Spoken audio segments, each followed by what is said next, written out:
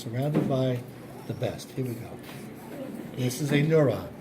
We're going to break it up. The nerve cell body, also called the perikaryon, right?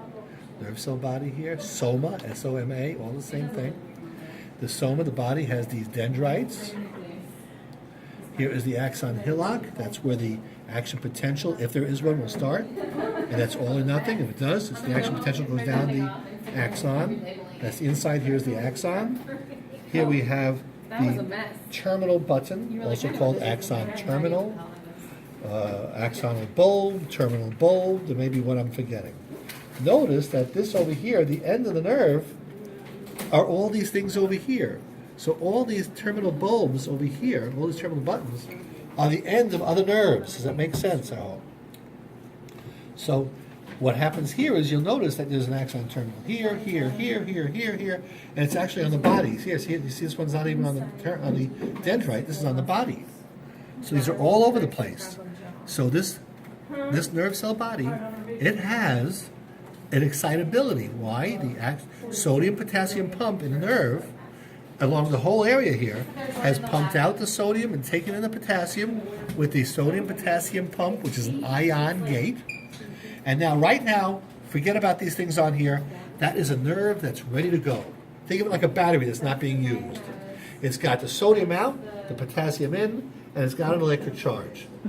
Now, if enough of the other nerves come over and over here at the synapse, if enough of the neurotransmitter from all these things excite, piss off, make the nerve cell body and the dendrites enough excitability, it will then change the membrane potential from the negative 70 millivolts, right? And all of a sudden, over here at the axon hillock, boom, you get the action potential, that wave.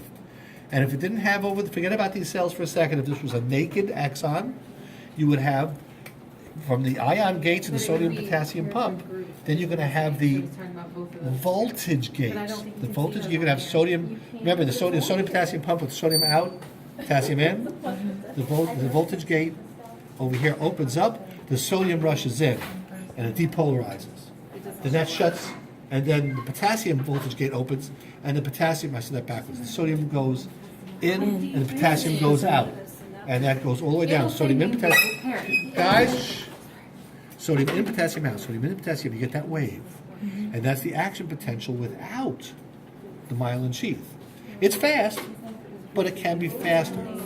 And that goes all the way down here. And then when the action potential gets to the bottom, you're going to have, the sodium-potassium gates will replenish and make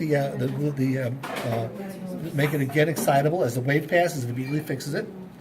Over here, as the action potential comes to the bottom, it opens up the calcium voltage gates. It lets calcium in. When the calcium comes in, all these vesicles filled with neurotransmitter line up against the membrane and disgorge. This is all presynaptic cell. Over here is postsynaptic cell. Here's presynaptic cell. This makes this postsynaptic cell. Okay? Presynaptic cell, postsynaptic cell. And there's a little space here. And then the process starts over. Right?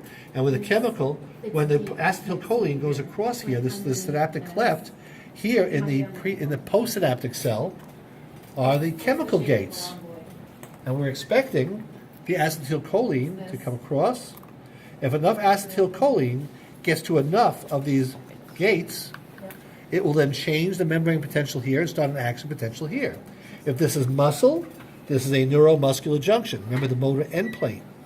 If it's just another nerve, then it's over here. You got the synapse between two nerves. Now, what makes this better here? Let's go again.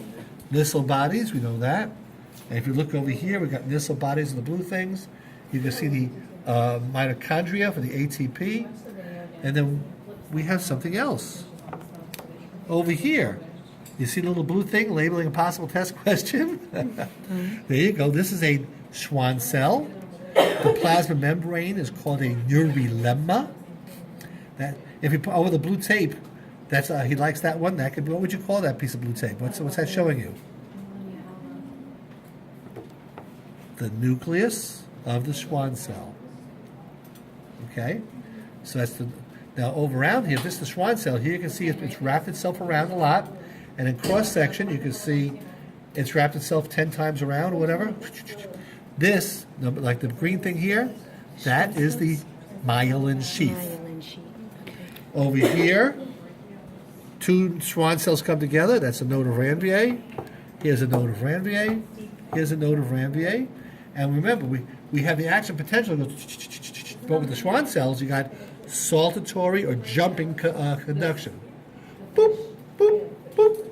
So it's faster. Not only does this go pretty fast as an action potential, it's not electricity. Electricity is the speed of light, but it still goes pretty fast. And if it goes from here to here, it could jump. That's even faster. Now over here we have around the Schwann cell, this is the connective tissue around the individual nerve fiber. That's going to be the endomysium. If you get a whole bunch of these, that's a fascicle, and it's got the perimysium. A whole bunch of fascicles, you got a nerve, and that's going to have the epimysium around the whole thing. Are we okay? Good. Epimysium. Make sure you guys know the different nerve, muscles, tissue back there. He will